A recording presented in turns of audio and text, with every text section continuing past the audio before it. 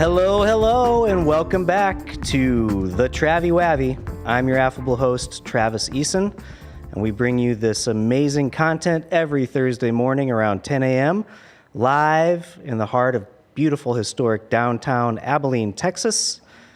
We come to you from the Neon Parrot Live Studios. We're located next door to Majestic Coffee Shop, allegedly serving Onyx coffee, my personal favorite. And this week I bring you another wonderful character from the storybook capital of Abilene, the storybook capital of America, the storybook capital of Texas, right here. Can you believe that this is the storybook capital of America?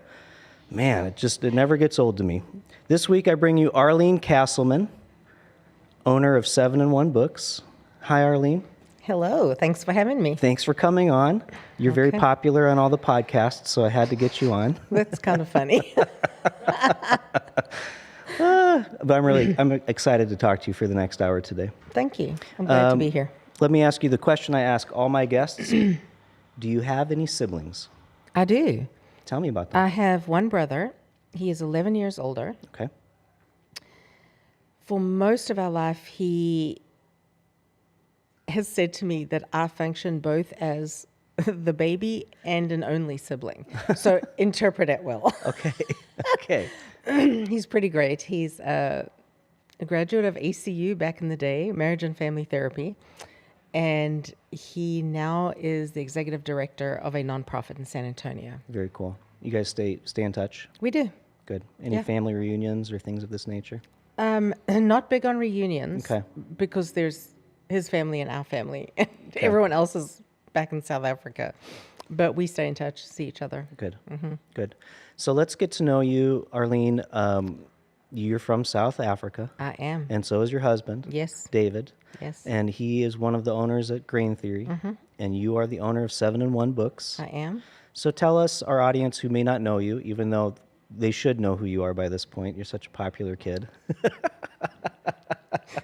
If by popular you mean awkward. Well, sometimes that's what it takes to rise the cream to the top. But you guys are from South Africa. Yes. And how did you get from there to here?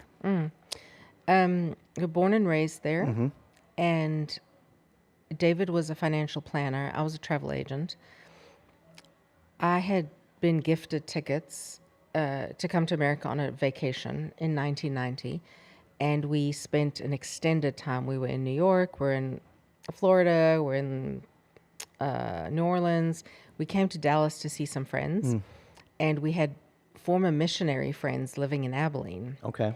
Abilene is a mecca for former missionaries. And we drove through to see them.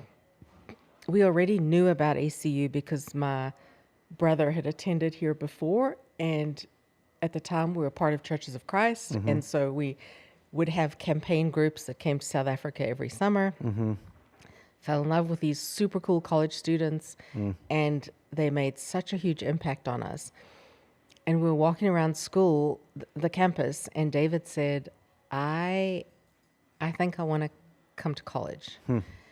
And we had literally just built a house, and we're doing the 2 career people who worked downtown and paid for a parking spot life. Yeah. We're never going to have children. And So you are a cool kid. I used to be.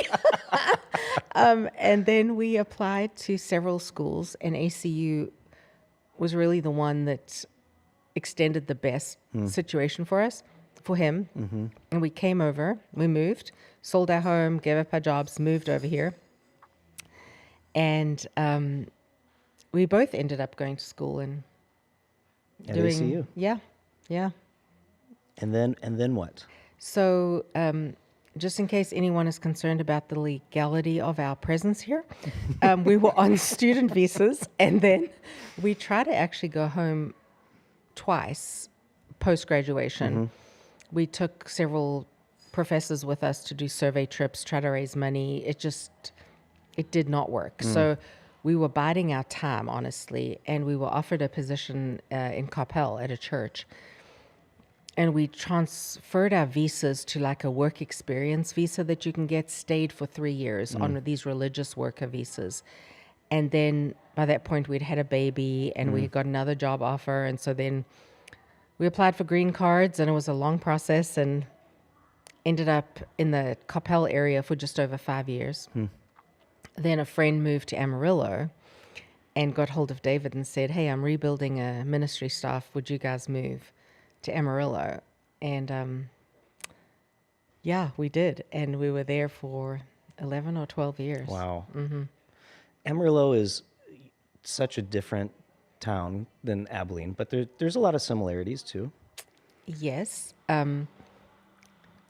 I ignorantly had referred to like Lubbock, Amarillo, whatever, West, I think I'd said West Texas.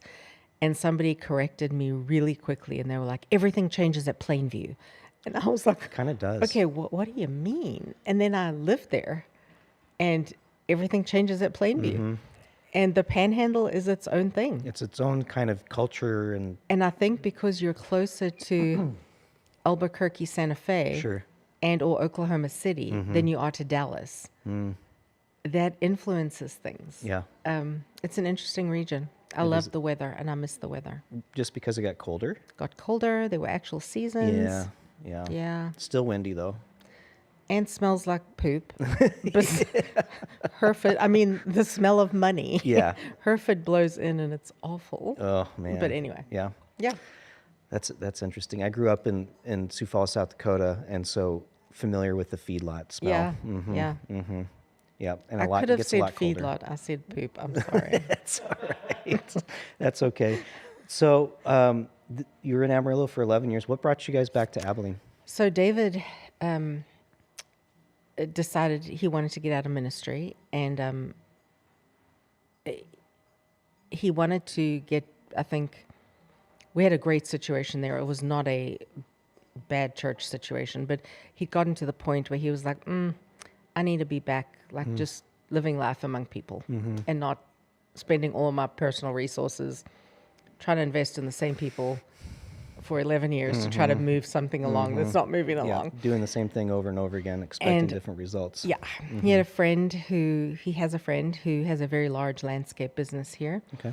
And they were on the cusp of some major growth and wanted an internal operations kind of guy and really recruited him here.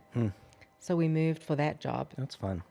And then he got involved in Abilene home brewers and started dreaming with two friends and The rest is history. the rest is history. And I think that's when I first met your husband was through the Abilene Homebrewers Association because I was in the past very active Yeah. in that. And then watching Matt and Jeremy and your husband put together the vision and the dream and then the building got remodeled, restored. Yeah. I don't even know, completely redone.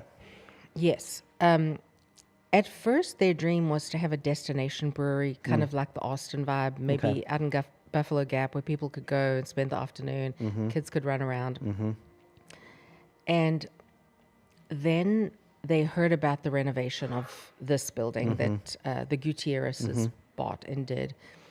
And I think having that balcony area really captured them. And I think from the research they did, they didn't believe Abilene was at the place that a destination brewery would be, I think, viable every day of the week. It would be an afternoon on the weekend kind of thing. Yeah. And they needed it to be a daily operation. Yeah, absolutely. And so then the vision grew. And so once they got that whole second floor, it was, but that building was a beast in terms of, I think, restoration at first, and then code, and then everything that happened afterwards. Yeah. So, And the Gutierrez's did a wonderful job on the restoration. They did. And it's become a landmark building downtown right. with Grain Theory as the heart and soul of the building, Yes. even though there's a lot of other boutiques. And I know there's a tattoo shop upstairs now and offices and Yes. plugged-in marketing's up there. So it's been great to watch. I think that has really pumped new life, new blood, and brought more people downtown. I do Because the too. Modus building, yeah, it's been good. Yeah. And Grain Theory is celebrating 5 years They did in December. in December, and there's always wonderful block parties Yeah. and great beer. One of the things that I remember when they first started was, well, these guys make really good beer. They really do. They really do. And as a home brewer myself, not as much anymore, I feel like I have a pretty good palate for beer and taste.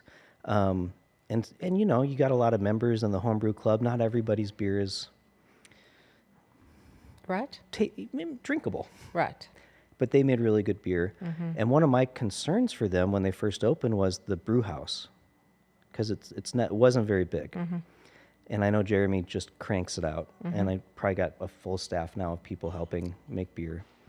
Well, they also have a production space now. Down the street. Down Yep, Pine. Yep. And so they are producing a lot over there.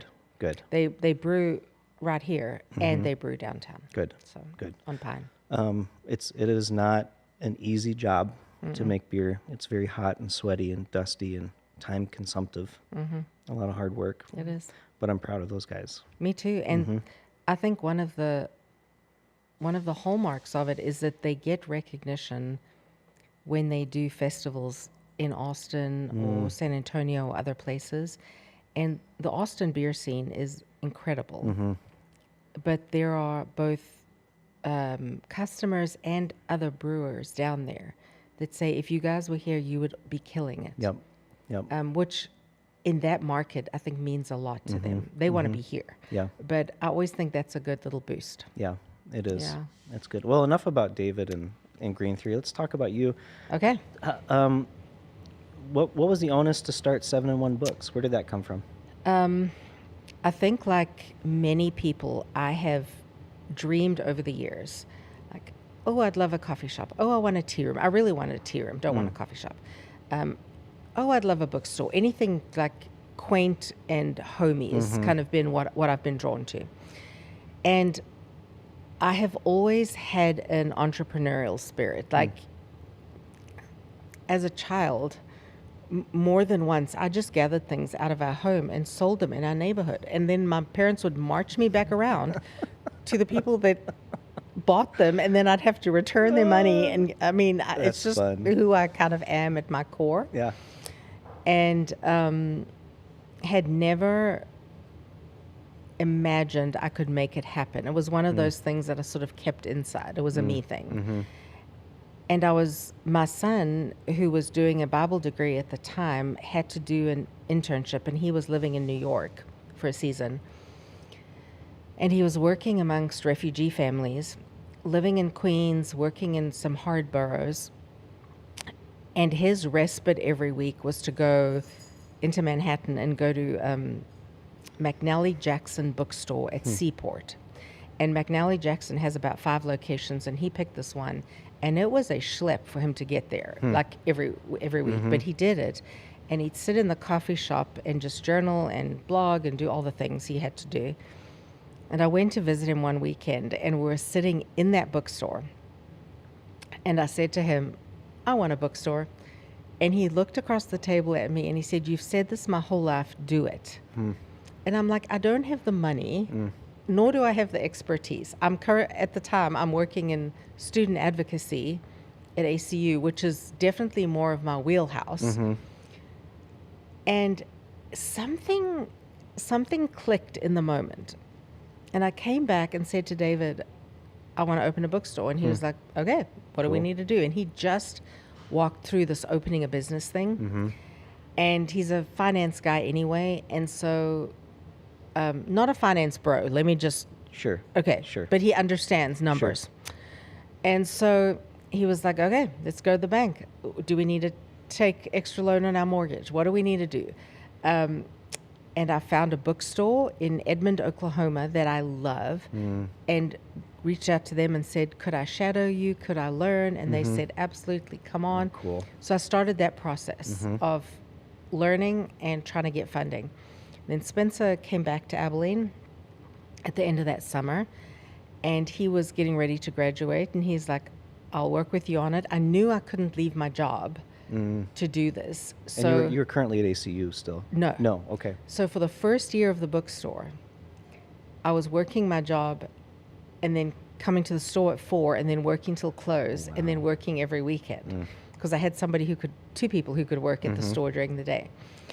And so that's how we that's how we started. And to be honest, I started doing a couple of pop-ups in the back of Grain Theory, just testing, like, what would a grown-up book fair feel like to people? What are the kinds of things they buy? Just so I could start looking before I committed myself to brick and mortar. And that was super helpful. And 7 and 1 emerged because on the Enneagram, I'm a 7. Okay. Spencer is a 1. Okay. And I knew the two of us were going to sort of pair up and do that. My daughter, Kai, had research trained and opened the coffee bar in Grain Theory.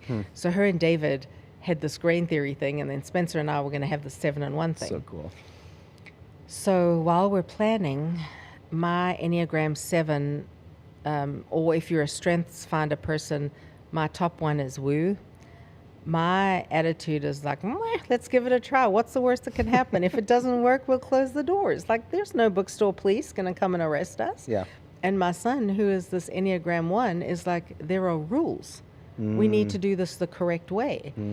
So just seeing these two things at play together was so fun and hilarious to me that I was like, that's the name. We've got to be 7 on 1 books. Great. He's since moved, and I'm like, great. Lost Now I'm the just one. 7. Now it's just 7. I'm just 7. 7 and. I know. When did you guys officially open the store, the brick and mortar? September 13th, I believe it was. Oh, sorry.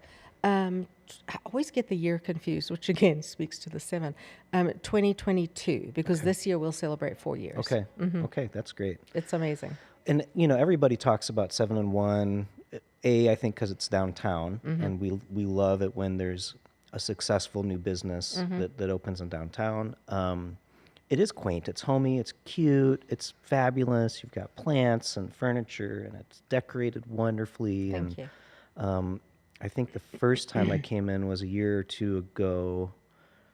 My mom was in town, and she said, "I want to get a book for the airplane ride home." I said, "I know just the spot, Mom." Thank you. And we went down, and you weren't there, but one of your employees was super helpful and just great. And then recently, a month or so ago, you hosted a death cafe. Yes. That I came and attended with my girlfriend, and that was very interesting. How did that? What was that about for you? And are you doing more things in that vein? Yes. At the store? So one of the things that I think people do not account for when they're opening a bookstore is that a lot of it is event driven. So a lot of book people want to open a bookstore, and a lot of book people are not necessarily highly social as well. They'd rather just sit down with the book. And it's the same thing that I would tell people or I would talk to students about. Saying you love coffee is not the best impulse to open a coffee shop, because you're not going to be sitting around sipping coffee. Are you good with inventory management? Are you good with customer service? Are you good with branding? Like, all those things matter. It's also great if you love coffee and you have those skills that you can develop, but that's not enough alone. And I learned very quickly that bookstore business is event business. You're constantly looking for the next thing to bring customers in. Sure. And those are not all, return on investment events. It's exposure. I think it's what traditional advertising can't do. It's like really making the bookstore a third space for people. I want to come and be here, hang out, and hopefully they buy some books. But it's not that's not a money-driven pitch. It's how do we just keep getting like foot traffic? And some of those events are low-hanging fruit. They're easy. I can go through the calendar for the year, come up with an event that's appropriate. I piggyback on other events in town. Book signings obviously are some of our favorites because we get to hang out with authors and see other people experience interesting people. Some of the events we have done are a little more out of the box. I love nothing more than Gilmore Girls season, which is the fall, and I can get all cozy and celebrate my love of Gilmore Girls. So we will do like Gilmore Girls breakfasts, so we do lots of art workshops. But I read a book maybe 2 years ago that remains one of my favorites. It's called The Collected Regrets of Clover by Mickey Brammer. And the main character is a death doula. I didn't know what a death doula was. And so I was completely intrigued. It was a fiction story. And this main character is helping people who don't have others to help them navigate going through their things. What do you want to be kept private? Who do you want this to go to? What do you need? Sometimes it was physical help. A lot of it was just being there and then being that presence to help them at the point of death. And this character attends death cafes. And I was like, what the heck is a death cafe? Like, I had no idea. So I fell down a rabbit hole of researching those. And it's an official organization out of the UK. They've got very few requirements, except you're gathering a group of people. There should be tea, coffee, refreshments, and cake, is what they say. And it's not a grief support group, but it's a gathering of people just to talk about death. And this character attends several. The arc of the story, without major spoilers, is that she does the work she does because she has unresolved grief. And it's a way of her working it out. And then I would say before the autism spectrum was sort of collapsed, she would have been diagnosed as maybe having Asperger's or something. Yeah. And she struggles developing relationships. And you start to see her heal through the work she does, which was just a beautiful story. And the story involves way more than grief and death. It's funny. It's got a little bit of a rom-com edge to it. It's just a great book. I did it in a book club, and one of my book club members really attached to the idea. And then her and I started having conversations. What would it look like? Just to gather a group of people and not really have an agenda, but just talk about when you hear death. Yeah. What do you talk about? What do you think about? Are you afraid? Are you not? And that's how that was born. And we are definitely going to do a follow-up. We were waiting for the end of the school semester because May takes May's people out. Crazy. So we will do a follow-up with the same group that came to the first one and then see how that goes. And then we may just offer more occasionally. Well, I found it to be it was very interesting. And I remember, I think I made as we started, we were in do you have a name for that area in your story? We say the classroom, The but classroom. whatever. But it's sort of a sectioned off little spot with a nice table we can gather around. And there was 9 or 10, 12 people? 12, I think. People. And we started the discussion. You were kind of prompting a little bit, and I'm getting older, so I was really having a hard time hearing everyone. I think I made a comment, isn't it interesting that when we talk about death, we always get really quiet? Right. But it's true, too, whether it was not in a group like that or anywhere. I mean, we would lower our voice and things like this. I'd be interested in coming to a follow-up for that for sure. There's, I also, this is just my personal opinion, but it felt like we were talking around death and not at it specifically. And I think that's a comfort level thing. Yeah. And I think that's why I think it's something that you have to do with the same group multiple times. Yeah, just to kind of pull back the layers a little bit, become a little more vulnerable. Yeah, it was interesting. I'm sure you have that book for sale at the store. I do. Along with lots of other great things. Lots of others. Do you have a section of books at the store that's like kind of your personal favorite, like nonfiction, I mean, whatever? Yes. So I have traditionally through my life been a nonfiction lover. Okay. I love to read biographies, essays. I really love things in the psychology, philosophy area. And I took a bit of a detour in my education several years ago and did a degree in organizational development. And so that put me right like slap bang in the middle of business writing and leadership and team stuff, and really love that. So when I opened the bookstore, I knew I had to get out of that area and actually know what I was talking about in terms of fiction. There's no way for anyone to know every book in that bookstore. There's no way. And so my strategy for that is our team of booksellers all have specialties. And so we have an English teacher from Abilene High who works 1 night a week, and she does sort of lit fiction and YA, and that's her specialty. And then I have a student who's finishing a degree in teaching English and teaching lit, and so she's got her specialties. And one of our other booksellers loves all of the fantasy, romanticy, spicy stuff. We have others who love contemporary romance, and some who are, I'm probably stronger in the faith section than most of our employees, but I do have one bookseller, and that's his thing. We have some who really love the classics. I'm probably a general fiction girl. I've had to force myself away from nonfiction. And so I found a good landing place in general fiction. I love a good family drama. I love mystery. I love a little bit of romance. It's not really my jam.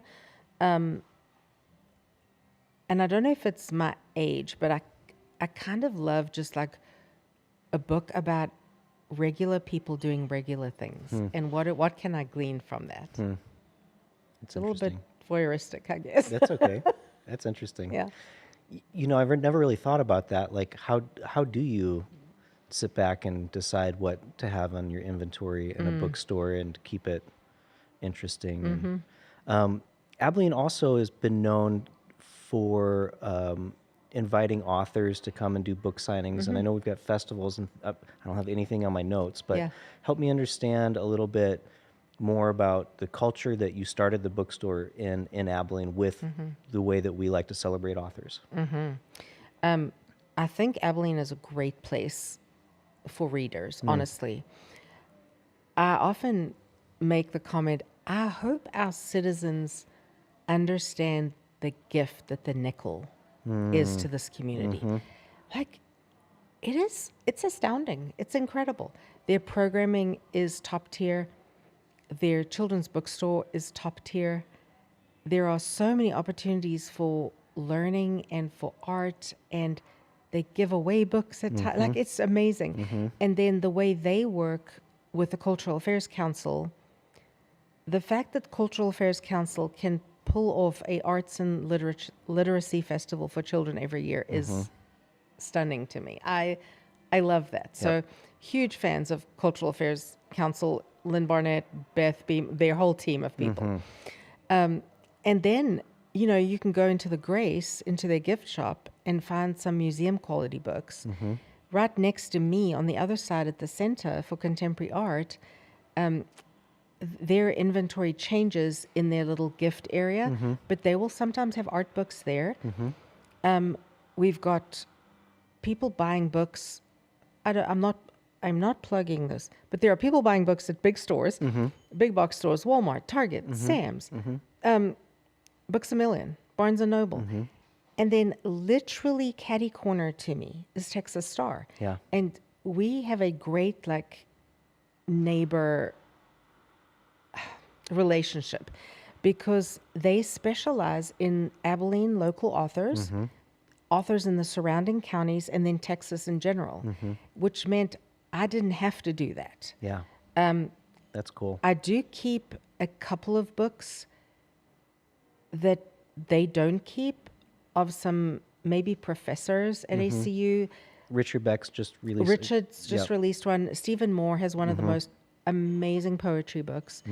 Sherry Rankin has some just great mystery series. So, and then Omar Palafox, Dr. Palafox has a great theology book. Brad East, like I've got some of those that people would not necessarily go to Texas Star to pick up. Sure. But I try to partner well with them, and if it's a local Texas author, I will often suggest they first go talk to Texas Star, because if people are browsing in that genre, they are more likely to pick up a book. In our store, those one or two books, I would have to point to them, you know, for them to get attention. Yeah, that makes sense. So there's a lot of, I think, book outlets there's a lot of people committed to books in Abilene, and you've got a wide choice. And then now we have Porta Blue, which is a used bookstore, and they're used but gently used. So they're high quality used bookstores, books. And then we have Book Therapy that's been there forever. And Book Therapy to me is whenever I'm talking to customers and they're looking for used books, I'm like, if you want pristine, gently used, go to Porta Blue. If you want a bit of a digging adventure, Book Therapy is like a, I don't know, it's like a play place. You can just dig through the stacks and find fun. stuff. So I think the culture was already set, and we just happened to get to fit into it, Good. you know? Good. And we have a long history of bringing children's illustrators and authors. I do think one of the things we've been able to bring to the table is a lot more authors in adult genres. And we are getting more traction and noticed more, so we have the opportunity to bring more people in. Very cool. Trying to bring in a mainstream author is a feat, and I don't know if people realize that, but I'm sure. you have to sort of bid on the publishers put out a list of authors who are touring, and then that gets opened to booksellers, and then we go in and make a pitch. But 80% of them are geographically specific. So you may have like a Ellen Hildebrand who writes a lot about summers in the Northeast, and she might be doing 8 states in the Northeast. Or you've got somebody who wants to do a tour in California. So occasionally when we get something for our geographical region, we will bid like crazy to see what can happen. But we've had a fair number, and we have 3 big signings coming up in May, so I'm excited. Anybody you want to mention? Yes, actually. Go ahead and plug it up. For readers who have a Christian faith perspective, Shannon Martin is a big name in the sort of Jen Hatmaker, those kinds of Christian writer circles. In the blogging days, Yeah. they were all kind of connected. Now I would say, there's podcasts and Substacks maybe. But Shannon Martin has a new book coming out called Counterweights, and that one we're doing by ticket because it includes the book. She'll be here May 12th, and she added a stop for us on her way to Fabled in Waco, which is a massive store. Cool. Then the end of May, there is an former Abilene citizen, Jessica Gudeau, who was Jessica Reese, Abilene High graduate, ACU graduate, and she has 2 nonfiction books already out that are award winners, and now she's got her first fiction book under her new writing name of Jess Cannon. So Cool. she's coming. Very fun. At the end of May. And then also at the end of May, I have Nico Lang, and they have written a book called American Teenager to help both young adults and families of trans kids who are navigating hate and then still trying to find joy. And then early June, first week of June, we have our own Cooper High librarian, Kaylin Gensick, who has got her 3rd book coming out. That's so, great. yeah, lots of things on our That's website. great. Abilene is a storybook capital of America, and every time that I get to hear a little bit more about another pocket of artists, and in this case authors, I'm just, even though, in the back of my mind, I'm like, oh yeah, I know all these people, and they're all authors, they're all published. But then just to hear the list, Yeah. and you're like, wait, there's a lot. We have so much talent in this town. We do. It's unbelievable. And it's great that we can support them and showcase them. What were some of the biggest challenges for you in opening the store? Or what was the biggest challenge? Probably the biggest was a lot of imposter syndrome that I have felt. I don't know how one opens a bookstore and feels fully equipped, because there's always going to be somebody else who knows more about the topic. I don't know if you ever knew Kester Smith. Kester lived in Abilene for a long time. He worked at Book People in Austin before he moved to Abilene, and then he lived in Abilene for several years and then moved back to Austin. But he was here for about 8 months while I first opened. And I will go on record and say nobody knows more about books than Kester. And I got to have him as a resource for 8 months. It changed the trajectory because I could go to him and say, what does a good bookstore need? And he could tell me books I didn't know about Interesting. and help me learn how to learn about the things I didn't know. I knew that I could navigate creating the third space.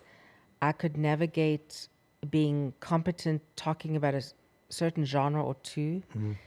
And I could decorate the space. I could create the systems. I could work with the team. Like all of that was easy. But my biggest fear was when someone comes in and asks me about a book I don't know about. Then I'm going to look silly and the whole credibility is going to... So that was my biggest obstacle. It makes sense. I think imposter syndrome, if we're honest with ourselves about it, it can be it's like the flu. You know, it's like, man, I need to get rid of this. What is this that keeps dragging me down, that keeps putting me in this negative headspace? When at the end of the day, you're already doing the work. Yeah. You're rowing the boat forward. Yeah. But I don't know. I can relate to that Yeah. too. Let me look at my notes, friend. What are some of your hopes and dreams as you're moving forward with the store, or just other things in your life that you'd like to pursue? I really want 7 and 1 to remain a space for everybody. And that has been a goal from opening. And I believe we hit the mark most of the time. And that's always my dream, is that it's a space that is welcoming, inviting, it's warm. We do a good job of our curation of books. We are staying on the cutting edge of what's coming out. We know those kinds of things. We've developed good relationships with the publishers, and we get invited into conversations that matter. And I want to continue growing that. I love that. Yeah, that's important stuff. Yeah. I think personally, this year I have tried to make space to slow. My natural wiring often is not everything deserves 100%. I'm not detail oriented. I work very hard and I keep lists that compensate for my lack of detail because I'm more of a creative and a big picture person. So little details can escape me. So I overcompensate by having lots of checks and balances so I like don't that. drop balls. I still drop them. But I'm naturally, I think I'm a fast worker and I'm efficient. Sometimes in that, because I've got the 80% is better than perfect, I can work through things quickly, and then I've got extra time, so then I add more, and I add more, and I add more. So 2026 has, so far, I have been handwriting letters. I have been keeping a gratitude journal, all these cliched ideas, but they're all things that have slowed me. I've been making sourdough bread. Hello, 2020. Yeah. And I've been repeating the mantra, all I have is time. All I have is time. Because I would find myself getting home from work, quickly making dinner, Yeah. and then sitting down to have a TV show on in the background and then work on the computer and make my graphics on Canva or whatever. And I'm like, why am I rushing through something that could be so good for me?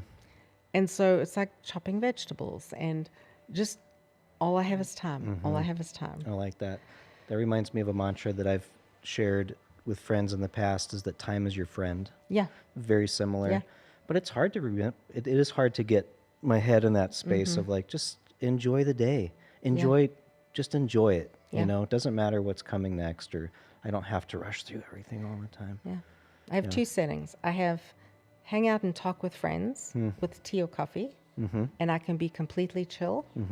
Or I have work Arlene. And I'm like, Get out of the way. So I can relate to that Yeah. too. I really can. Little side note here. How are you books, I was just thinking about books and how tactile they are and wondering if maybe they're making a resurgence, but clearly I don't even know if they ever really went away necessarily. And there's something so just human about a book Right. filled with words. Right. And as we talk on the show from time to time, and as we're experiencing in Abilene, you can't have AI without Abilene. Yes. I heard that the other day, a song, and I was like, you Oh my can't have gosh. AI without Abilene. That's That pretty good. song was hilarious. Did you hear that too? Yes, No, I'm trying. Who was it? Somebody on TikTok I saw. But it was a local. I'll think of his name. I know Anyway, him. it was great. Yeah. Can't move back because the rent's too high. Yes. Yes. But we have been struggling with the Land and Tally. Land and Tally. Good That's for who you. it was. Yeah, if you guys see that on the socials, it was really good. But we have been experiencing the data center build out at Stargate, and I know over the last year, the way that I have changed my thinking about AI, the way that I've engaged with either OpenAI or Claude or various tools, and seen my peers and my children engage with AI. We're just in the middle of this very beginning stages. And so I don't have a specific question for you, but how are you engaging with AI? What are some of your thoughts right now, for the record? Sure. I will preface by saying I am very aware that I don't even know what I don't know. And I've never felt older in my life. I will be on TikTok and think, oh my gosh, this is so cute. And then I realize, yeah, cats don't really do that. You've been suckered. That was AI. Or my kids will say, Mom, seriously? And I'm like, oh, it happened again. So this is definitely not an area of expertise. Please hear me. The one thing I would say, for the love of all good things, could small businesses stop using AI to create the same freaking flyer? Oh, it's terrible. I can't stand it. It's terrible. I've noticed today on the drive down Pine Street, and I was passing the convention center, and there's an advertisement for somebody coming up, and I just caught it out of the corner of my eye, and I'm like, I know that font. That's an AI-generated slap font. I'm like, okay, we can do better than that. Yeah. So that's my silly, like, don't let's all do the same brown thing that got fake wood. And no, we can be better than that. In terms of Abilene, I realized that I think having the data centers and a lot more people move into the city is going to benefit the hospitality industry in terms of food and drink. Absolutely. And I think some of those restaurants have seen the turnaround. And I think there can be other commerce that's going to be impacted. Like everybody else, I have some concerns about the impact on housing in Abilene, because before the data centers, we had a problem with affordable housing. And so obviously I'm sitting in some level of privilege with my house in Heritage Parks. That's not fancy, but it's nice, and I can afford it. And so that concerns me. Yeah. Because growth like that is always hard. Yeah. It's kind of it's invasive. And a I little don't bit. want it to outprice a single mom with her two kids trying to find an apartment to live in. Yep. And I worry about students. But I also know that while this is happening, DIAS is working on some housing towards the base. But I worry about that kind of impact. Yeah. And I think some of it is even being outpriced for workers at the data center, because I've had those conversations. So the housing thing remains a concern, like it does for everybody. Yeah. I don't have answers. I can critique, but I don't have answers. Sure. In terms of engaging AI from a business perspective, I don't. In the publishing industry, it is a real hot topic because there are authors that are using AI to write their books. And once that's uncovered, the publishers won't touch them, and the bookstores aren't going to stock them, Yep. because that's invasive into the creative process. And I understand that. I mean, I carry around my iPhone. I ask Siri things. I use Google all the time. I'm not using AI mechanisms. Sure. Maps. Right. I get super uncomfy when it impedes into the lives of the creatives, because that cannot be replicated. Yeah.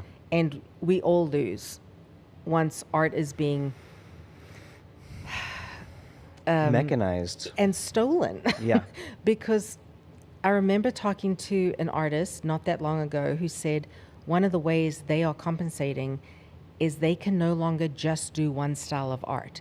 So they may do illustration heavy piece, then they will do maybe a more graphic piece, then they will do something that's sort of more traditional, so that if somebody asks for an AI generated piece by artist Travis Eason, Yep. it can't pull up one style. Yeah. And I'm like, the fact that we have to live with that concerns me.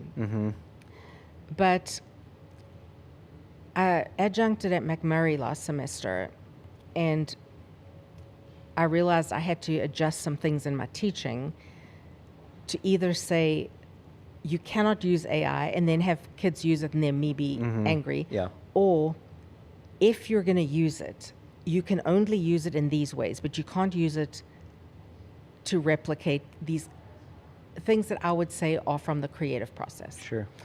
And as educators, especially in higher ed, I think the way we have to engage it is to say, it's here and it's not going somewhere. So how do I take traditional learning and look at this new way of learning and try to maximize the best of this?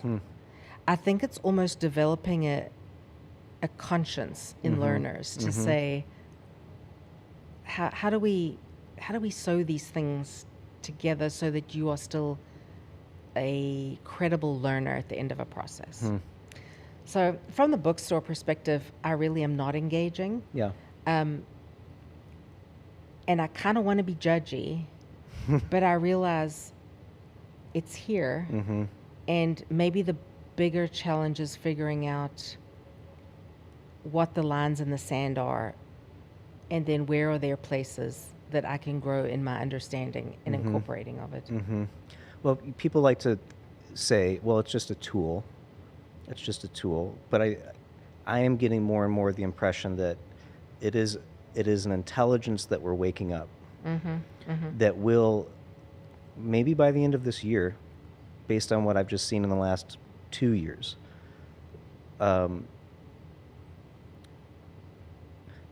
what, I don't know if I want to say what scares me, but what I see, the writing that I see on the wall is that we've been influenced through social media and through algorithms for the last 15, 16 years.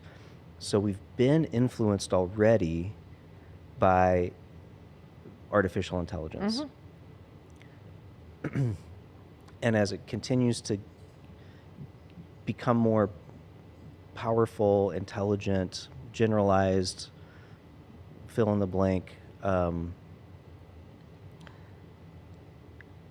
if it exerts more control over our own personal spheres, how we think and feel about ourselves and the world that we live in, which it's already doing, but if that continues and amps up, we might find ourselves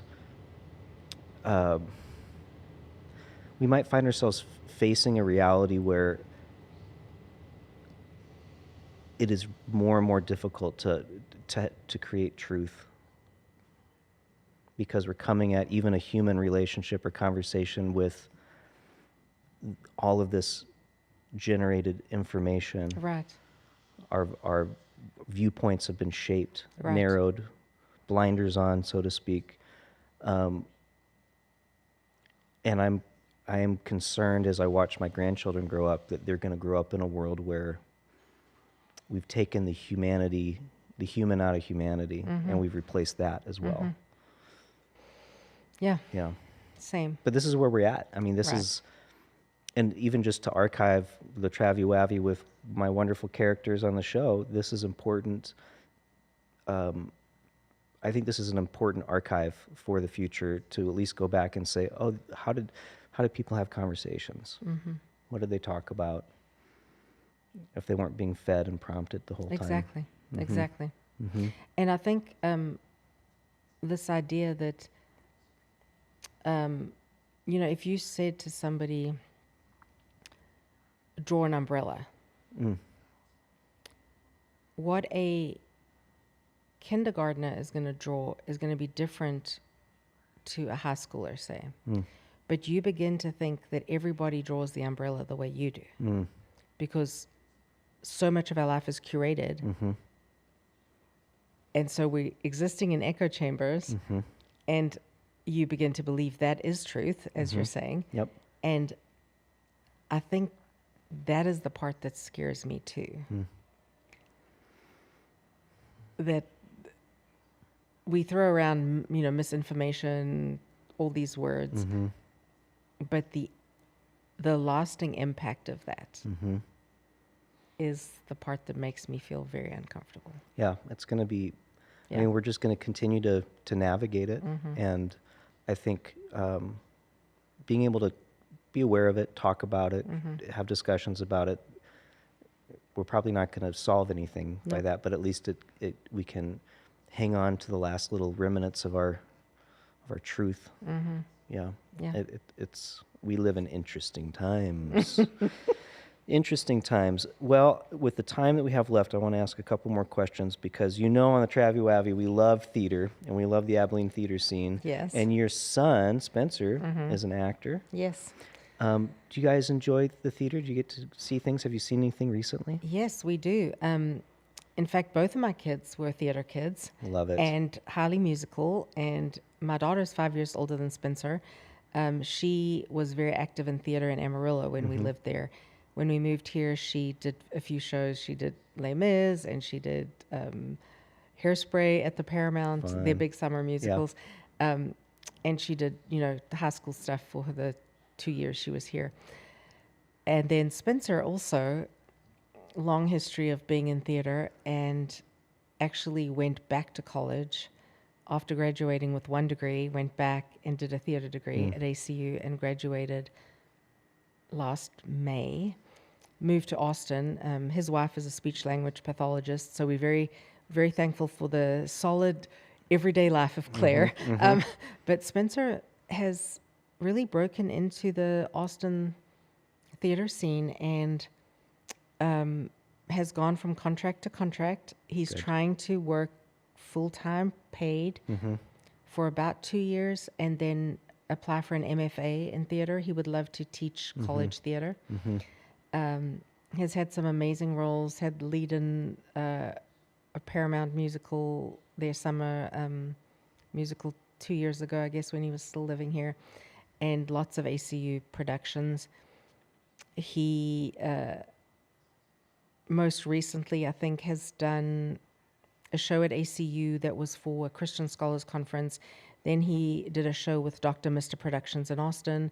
Then he did one for Georgetown. They did Frozen theater. He's now doing Austin Shakespeare for the summer. Then he'll go back to Dr. Mr., I believe, for a summer show. And then he's actually got a contract here in Abilene for October, I believe. So Very cool. yeah. What was the last piece of theater that you got to see? Anything recently? Trying to think what I saw most recently was probably Abilene Christian Schools, Oklahoma. That was great. Incredible. Jana Beck is She's amazing. the best. We love you, Jana Beck. And Greg Strawn bringing the orchestra. Yep. And I mean, just cat's meow. They really killed it. Yep. That show does not hold up very well. I've got to be honest about it. Rodgers and Hammerstein, Yeah, it doesn't. a lot of that stuff doesn't hold up so much anymore. I know you want to say we can't say that. Yeah, for real. What happened just now? We bullied him to death? Yeah. Bunch of like young kids just Yeah. like cattle grazing and trying to mate. Geez Louise. Anyway, friend, we're going to do something a little different today, and you're going to be my Okay. guinea pig. I asked Okay. you about this ahead of time. Yes. To ask me a question. Okay. I'm going to look at my phone because Yeah. I wrote 3 down. I'm trying to decide what I'm going to ask. Pick the best one or the worst one. Hold on. Let's see. Friends, as she's looking, if you enjoy the Travi Wavi, don't forget to like and subscribe and share. If you had like 30 seconds or 1 minute to write down, these are some core things about Travis, like that would give you insight to know me, what would some of those be? So I'm thinking, if it was me, I would say I believe everything is better with a cup of hot tea because it solves all kinds of things and it's communal and it makes you slow down. I like it. I'm good at small talk in big rooms, not big talk in small rooms, like stuff like that. What are some things that you would say about Travis? Oh, that's a good one. That puts me on the spot a little bit too. Yeah, it Thank does. you. You're welcome. I think that relationships are the most important thing.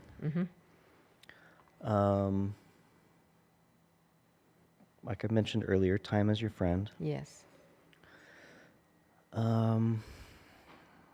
Life is better when you're creating. And